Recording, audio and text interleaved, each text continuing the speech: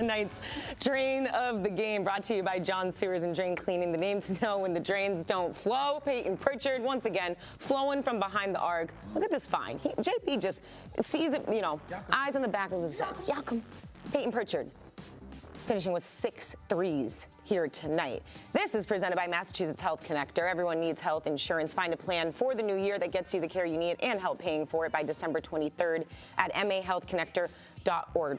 Peyton Pritchard now climbing that leaderboard here. The second most made threes coming off the bench in the first 24 games. He finished with 22 points here tonight. Again, 6 trees. It's just a normal thing for him. Here's Peyton Pritchard after the game. Peyton, the game plan against Drew, are you expecting that eventually you're going to see it just kind of everything thrown at you guys too? For sure, you're going to see everything. Teams are going to try to find different ways and to try to stop us, and we're going to figure out how to keep moving. Peyton, after yesterday's game, obviously you didn't shoot well yesterday.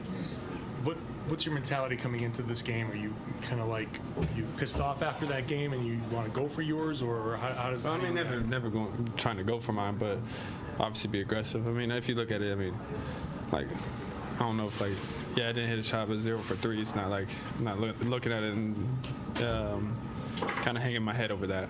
So looking forward to today. That's the beauty of the NBA is you get to play another game the next day and redeem yourself.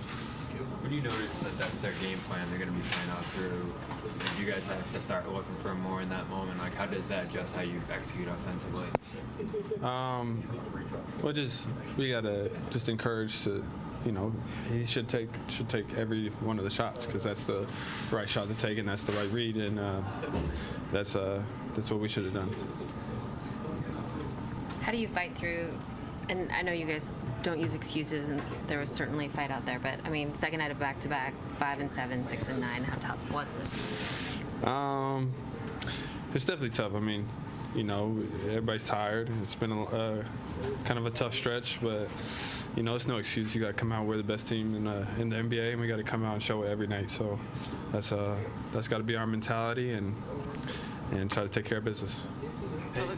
Jalen, it seemed like there were a lot of frustrations out there, maybe with some of the officiating, some of the contact that they let go. What played into that? It's a tough game, and a back-to-back. Give credit to Memphis.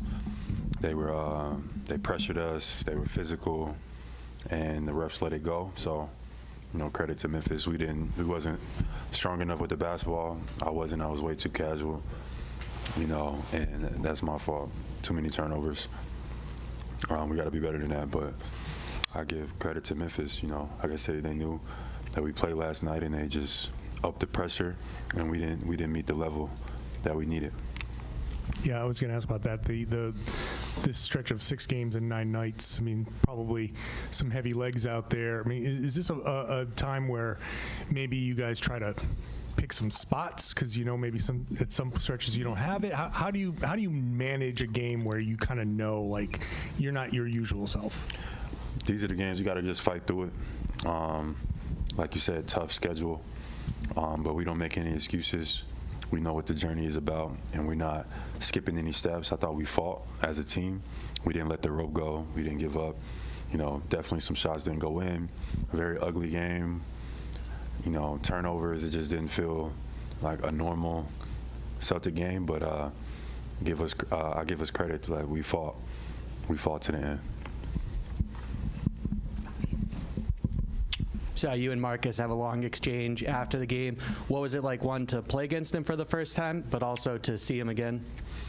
It was weird, but it was great. Marcus is a family member at this point. So to be able to see him, congratulating him on, him starting his family, et cetera, stuff off the court, is amazing. So, all that stuff is good, but it is definitely good to see him.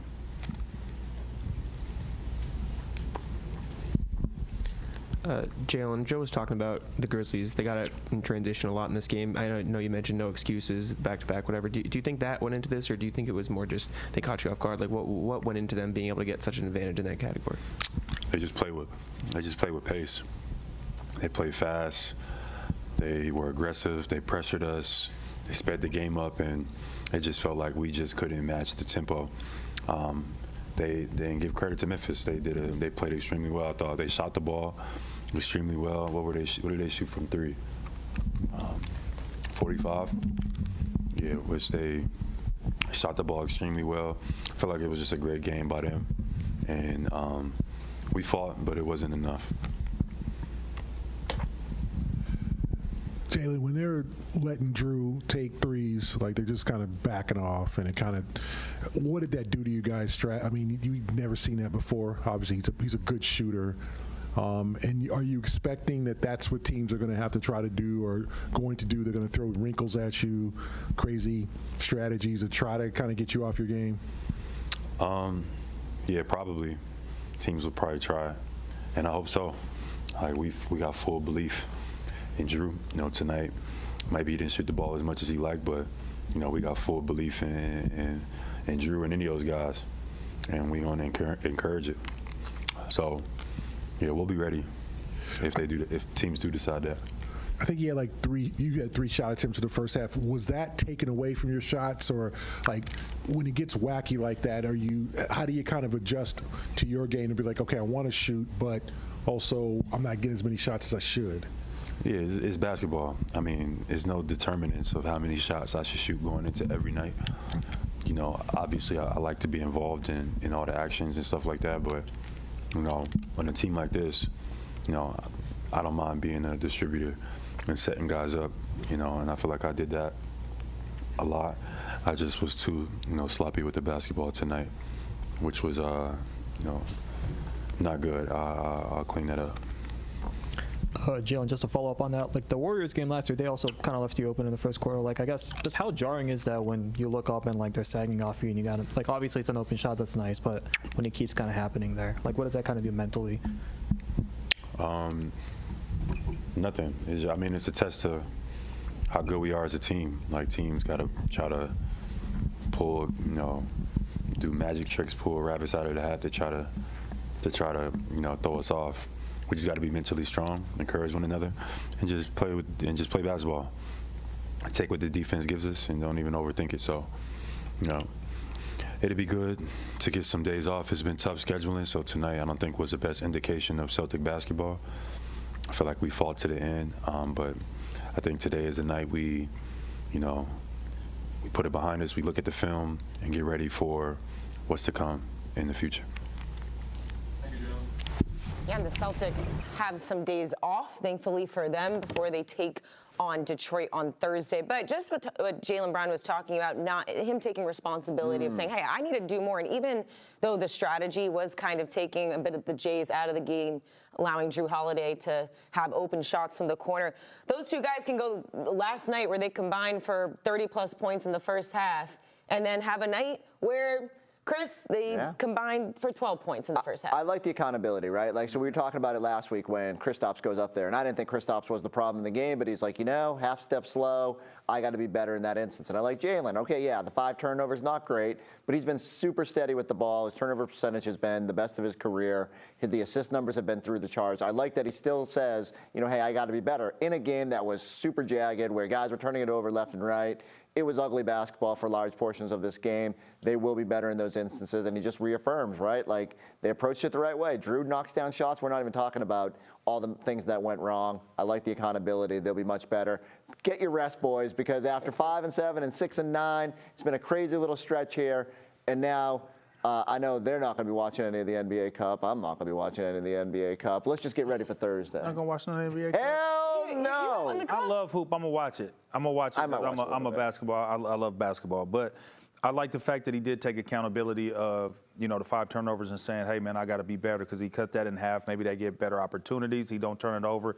You turn it over, you might as well just put the ball on the ground. You don't get an opportunity for a shot, maybe a possible offensive rebound or a foul. You could go to the free throw line. So many things you could do when you don't turn the basketball over and you get a shot. But at the same time, I do also like the fact that nobody on the team made an excuse. about the 5 and like what we're talking about up here, the 5 and the scheduling, the 5 and 7 nights or the 6 and 9 nights. Nobody made the excuse. Everybody's like, hey man, we got to go out there. We just got to be better. And to me, I love that accountability. The fact of like, hey, we're not making any excuses on why we lost. We definitely could have been better. We weren't. And I think each individual actually owned it. You know, they each owned whatever it was they felt like they could be better for the team. They spoke about it. So I do like that part of it. You know, you win some, you lose some, you play as well as you can, but, you know, get some rest, guys. Yeah, and they were honest about that, saying, hey, let's get some rest. And they have that rest because they don't have another game until Thursday against a familiar opponent, the Detroit Pistons, who they just recently played. Beat them by 10, and guys, they didn't even have Jason Tatum involved in that. But here's the thing, Pistons tonight against New York, dropped 39 first quarter, Cade goes for a triple-double. Like, they are a team that is clearly making strides towards being more consistent, a better young team. I do think that, you know, there's just a couple pieces away from being a legitimate kind of in the playoff mix. I don't know, maybe that's just playing, but they're making strides in the right way, and it starts with Cade. And they got to be ready. Defensively, they got to be prepared. And it starts before Cade. I think it starts with J.B. Bickerstaff. Think about how J.B. Bickerstaff had Cleveland playing last year. Cleveland was one of those teams, if they didn't get the injury bug, they would have been top 2-3 seeds in the NBA last year. And right now, you look at what Detroit is doing, a very young team. They're playing extremely well. All right, well, no excuses here for the Celtics tonight. They didn't get the win, but they're going to try to flip it around come Thursday. Speaking of, as we just mentioned, the Celtics back in action then against the Pistons. Our coverage begins at 7 o'clock with Celtics pregame live, brought to you by TD Bank. Then, of course, stay with us after the game for highlights and player and coach reaction on Celtics postgame live, presented by your New England Ford dealers. All right, C's go 5-7. They had 6-9. This is the second night of back-to-backs. Okay, they don't get the win here tonight. They fall to the Grizzlies 127-121. But even with all those threes, they still, or missed threes, only lost by 6 here. Celtics going to look to jump back into this on that win direction against Detroit come Thursday. You see that jaw dunk? He said he wasn't even going to dunk.